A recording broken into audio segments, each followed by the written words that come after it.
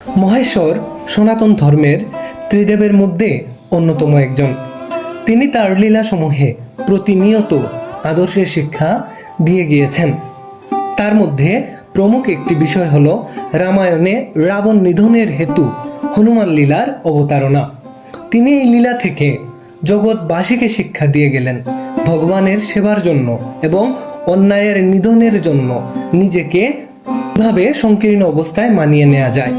তাই মহেশ্বর শ্রীহরির সেবার জন্য হনুমান রূপে এসে বুঝালেন নিজের মিথ্যা অহংকার সমূলে বিনাশ করলেই কেবল ভগবান শ্রীহরির সেবা করা সম্ভব। তাই তিনি মা পার্বতীকে বললেন, হে বরাননে, প্রভু শ্রীরামচন্দ্রের লীলায় আমিও অংশগ্রহণ করতে চাই। তাই আমি আজীবন ব্রহ্মচারী থেকে কঠোর তপস্যার মধ্যে দিয়ে প্রভু শ্রীরামচন্দ্রের সেবা করে যেতে চাই।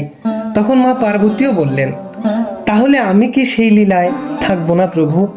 তখন মহাদেব আবার উত্তরে বললেন, অবশ্যই দেবী, তুমি সেই লীলায় আমার লেজ হয়ে থাকবে, কেননা তুমি আমার প্রিয় আর বানরদের লেজ অনেক প্রিয়।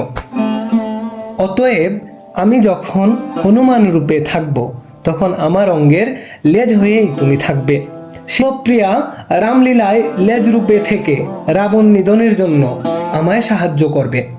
হনুমানের সেই লেজটি কোনো সাধারণ লেজ নয়, কারণ হনুমানজি হচ্ছেন একাদশ রুদ্রের অবতার এবং মা পার্বতী সেই লেজের একটি অংশ বিশেষ। তাই রামায়ণের অনেক বিশেষ বিশেষ এবং গুরুত্বপূর্ণ লীলাসমূহ সেই লেজ দ্বারাই সংগঠিত হয়েছিল, যা আগামী ভিডিওটিতে আরও বিস্তরভাবে আলোচিত হবে।